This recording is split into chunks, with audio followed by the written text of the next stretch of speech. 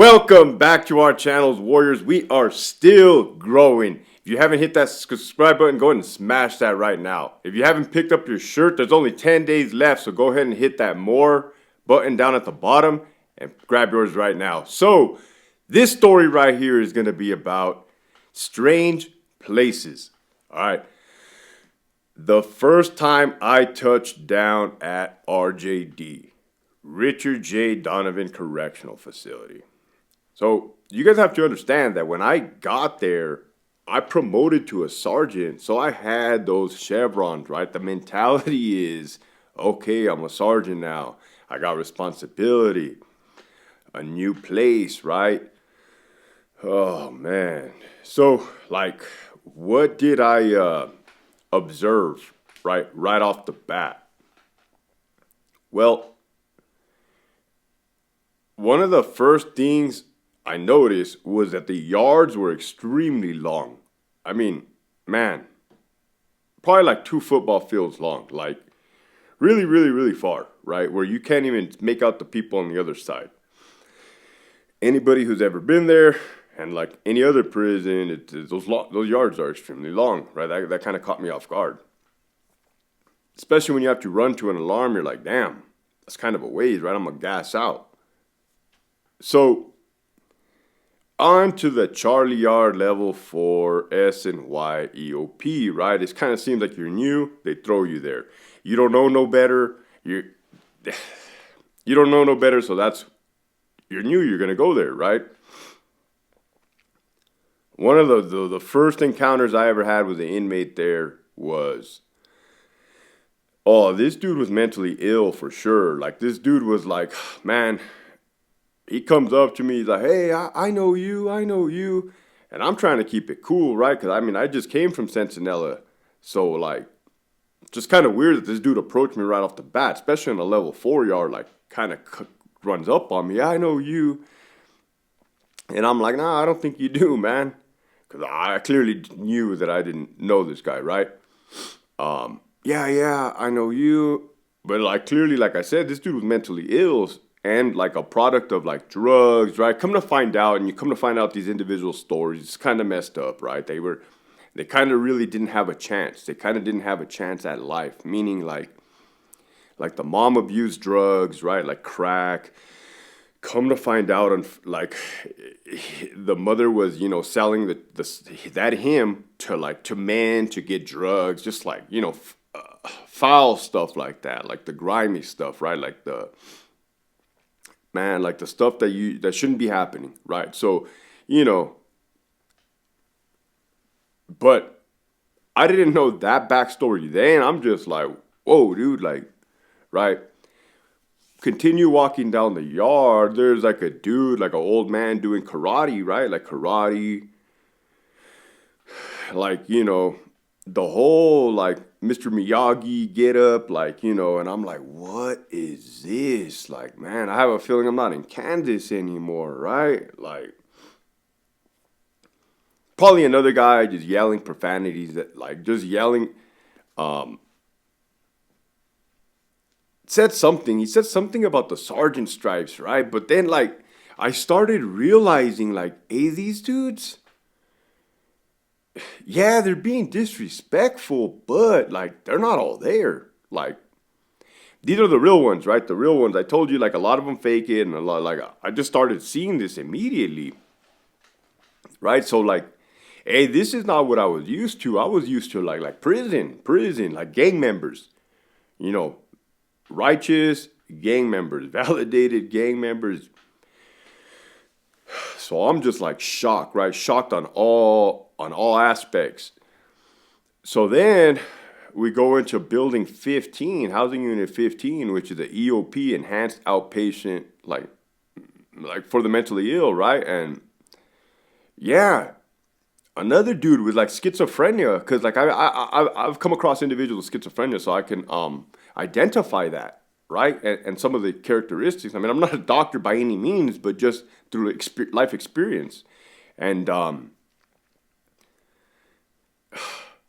one of the COs was like kind of, the rapport that you have to build with these individuals, man. Like, It's on a whole nother level. You want to talk about verbal judo? Try doing verbal judo on mentally ill inmates. Like that's next level stuff, right? It's mind blowing. So he's like, "Hey, tell the Sarge right here, like what you're in for." And I'm like, "Oh, this dude's setting me up." Right? You just get that vibe, you just get that feeling like this dude's just pouring gas on the fire, right? Like, and this guy goes off to say that he stabbed the dog, and then he starts going off about the B word, and just starts. I'm like, oh, this dude's out there. Like, where am I at? Where am I at, man? Like, almost like I don't want to be here. You guys have to understand, for all my warriors out there, I was commuting from my hometown to Centinela State Prison every day for 8 years. 2 hour drive this way, to include getting ready and preparation time, right? 2 hours this way, 2 hours that way. That's 4 hours of my day for 8 years. So by that time, I was exhausted with the commute beat, right? So I'm like, okay, well, now I'm close to the pad.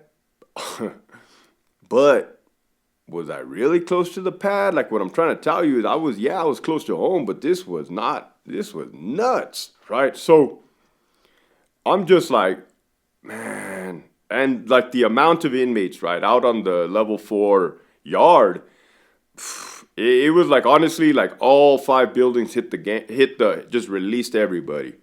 And just gates open, gates unlocked. And I'm like, no, man, no, like, there's just no stopping it, right? Like, if one man tries to go over there and say, hey, lock this gate, like, it's just, man, you're gonna probably have like, I don't know, probably like 100 plus mentally. Like, it's just wild, man. Plus, are you really gonna be fighting dudes over a unlocked gate when the administration is trying to burn you in the first place? It's just the whole getup, the whole setup is just, you're not gonna win. You're not gonna do anything. You might as well just hide out, right? Like, that's the environment, and the inmates know this, so they're just running amok. Now, ADSEG, ADSEG, you can't go wrong with ADSEG, right? Administrative Segregation Unit, the whole. Every hole should be the same throughout the state of California, right? Every prison. Inmates are locked up in their cell. Cops should be chilling, playing cards. Not that we play cards or used to play cards in the past after we were done showering and putting out the yard, but it's ADSEG. It should be the same. Maybe a couple homies fishing, right, with their fishing line, doing their thing. Oh my God, man. I walk into like housing unit like 6, right? Housing unit 6 was like is ADSEG. Building on Bravo Yard, building 6 and building 7 was ADSEG. Well, at that time, that yard was SNY. So I'm watching like inmates getting escorted to ADSEG, like through the front of the yard, through the front of those long yards with handcuffs behind their back and a full yard out. Centinela didn't roll like that, and I'm sure like any other institution, like you came through the back, you came in waist restraints, leg restraints, like, I'm not bad mouthing well, I'm just telling you like it is. Well, how it was then when I touched down. A lot of changes have been made, which is excellent, right? So, and the problem with that is escorting a potential ADSEG inmate. That inmate could have been GP getting walked across a big, giant, full SNY yard with his hands tied behind his back, right? Like, all bad. Situation's all bad. Can it go down? Has it gone down in the past? Yeah, for sure. It's always got, like, potential's there. Walk into building 6, and what do I see? I don't see anything. Why? Because in C section of the day room and in A section of the day room, they have cubicles set up.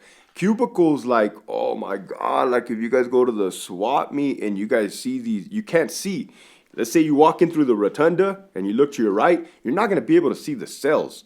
You're not going to be able to see the cells because they had cubicles erected right there. And same for, they don't have it no more, thank God, but this is what I saw.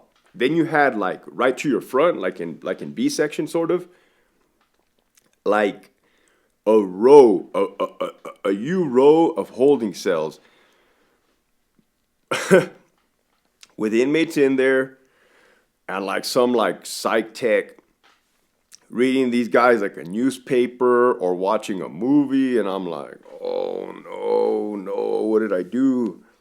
What did I do? Right? Like I told you, I told you there's stories of like when inmates touch down from Calipat that fall out of good graces with their organization, right? Due to politics or whatever, and they never really wanted to come to this side. They just absolutely did not have a choice, or they were going to get murdered. Plain and simple, right? They didn't become less of a solid individual, less hardcore. They just, hey, that's it. Your time's up. And that look on their face, I laugh. I told you I used to laugh because I had this same like, what did I do? Why? Like, is it like, oh my God, man. So, anyways, in Central, those cubicles were made for like one-on-one psychologist interactions. Like, telling you, man, while some dudes did need those services, a lot of the dudes were just milking it, right? Hollering at the psych techs. It was just wild, right? Like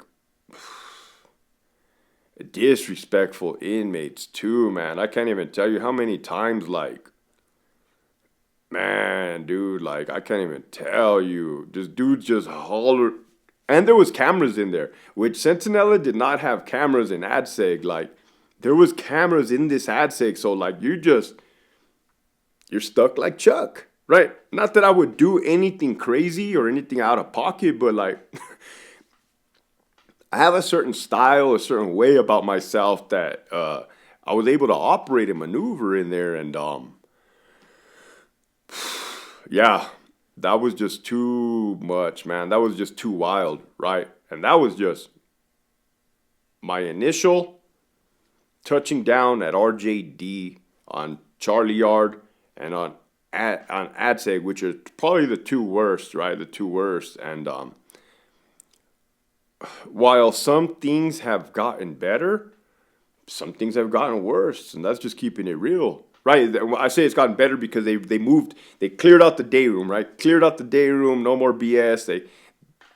They built a whole nice little building for them and their services. I don't care what they do, just clear out that day room, all right? The message for today is, man, is the grass always greener on the other side? Depends. It depends. It truly depends, right? Some people say yes, some people say no. Tell you what, do your homework in whatever new endeavors that you seek out to do. Keep pushing forward.